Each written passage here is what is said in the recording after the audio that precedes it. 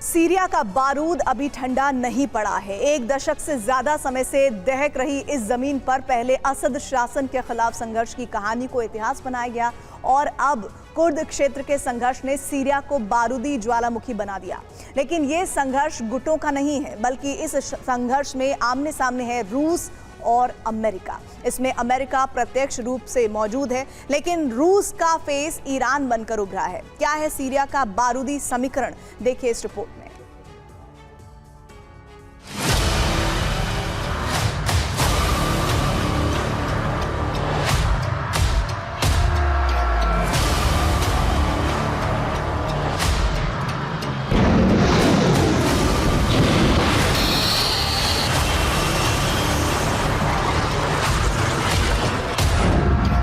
ठंडा नहीं पड़ा बारूद, सीरिया में नया युद्ध युग।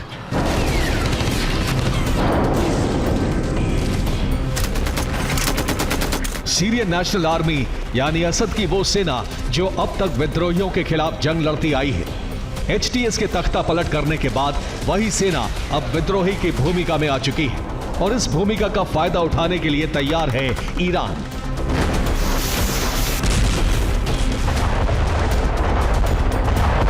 ना अंदाज बदलेगा, ना तेवर,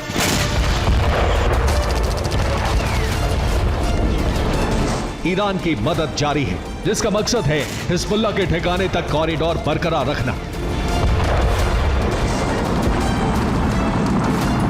लेकिन इस बार जंग सीरियन डेमोक्रेटिक फ्रंट या हयात तहरीर अल शाम से नहीं, बल्कि मुकाबले की जमीन पर सामने है अमेरिका।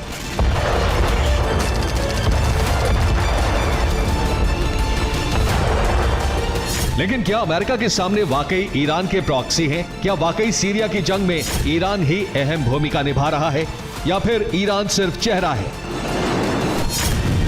जवाब है नहीं।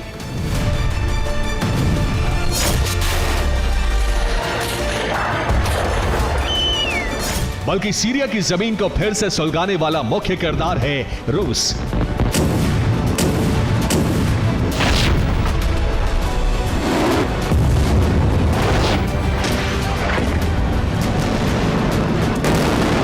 सवाल है कि जब रूसी सेना ने सीरिया छोड़ दिया है तो भी बड़ी भूमिका में रूस क्यों है? इस सवाल का जवाब है सीरिया में वर्चस्व की जंग में बढ़त हासिल करना, कुर्द क्षेत्र में जारी अमेरिका और तुर्की के बीच अघोषित संघर्ष का फायदा उठाना, जिसमें ईरान एक बड़ा किरदार निभा रहा है। और इस किरदार का खुलासा हुआ है ईरान के सर्वोच्च नेता खमनई की एक पोस्ट से,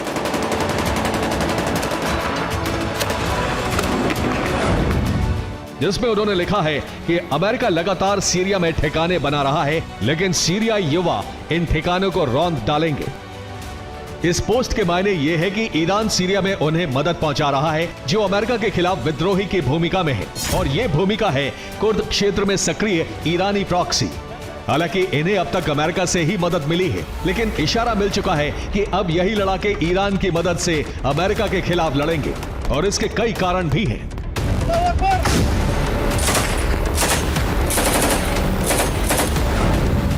कारण यह है कि अमेरिका कुर्द नियंत्रित क्षेत्रों में सैन्य ठिकाने बना रहा है। हालांकि तुर्की पहले ही कुर्द समर्थित लड़ाकों के खिलाफ संघर्ष में उतर चुका है, इसलिए कुर्द समर्थक लड़ाकों की जमीन छोटी होती जा रही है। यही वजह है कि ईरान ने कुर्द समर्थक लड़ाकों को मदद देनी शुरू कर दी है।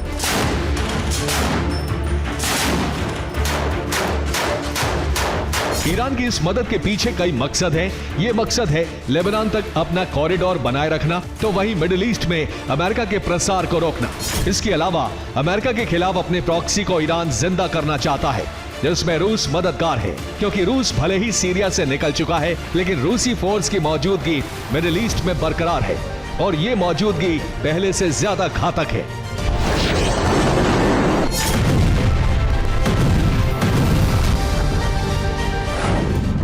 रूस भूमध्य सागर में अपनी पकड़ मजबूत बना रहा है। सीरिया और लीबिया के बीच रूसी हवाई गतिविधियां तेज कर दी गई हैं। रूसी एंटोनोव AN-124 और IL-76 की गतिविधियां बढ़ चुकी हैं। हमीमिन बेस से पूर्वी लीबिया के बेंगाजी तक गतिविधि दर्ज हुई है।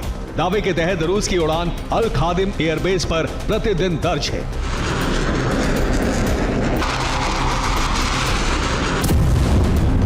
हालांकि रूस की गतिविधियों का मकसद अफ्रीकी अभियानों में तेजी लाना बताया जा रहा है, लेकिन मकसद सबको पता है।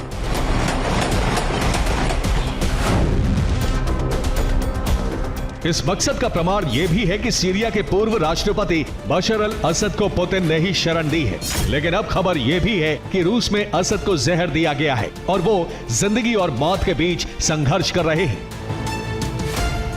हालांकि रूस के एक आधिकारिक सूत्र ने सफाई जारी करते हुए बताया है कि असद की तबीयत खराब है, लेकिन जहर की खबर में अगर सच्चाई है तो फिर इसके कई मतलब निकलते हैं, जिसे रूस की सीरिया नीति का पहला चरण माना जा सकता है, जिसमें सीरिया में काबिज सरकार के साथ पुतिन की डील होने की संभावना है ताकि अमेरिका को सीरिया से बेदखल किया जा सके।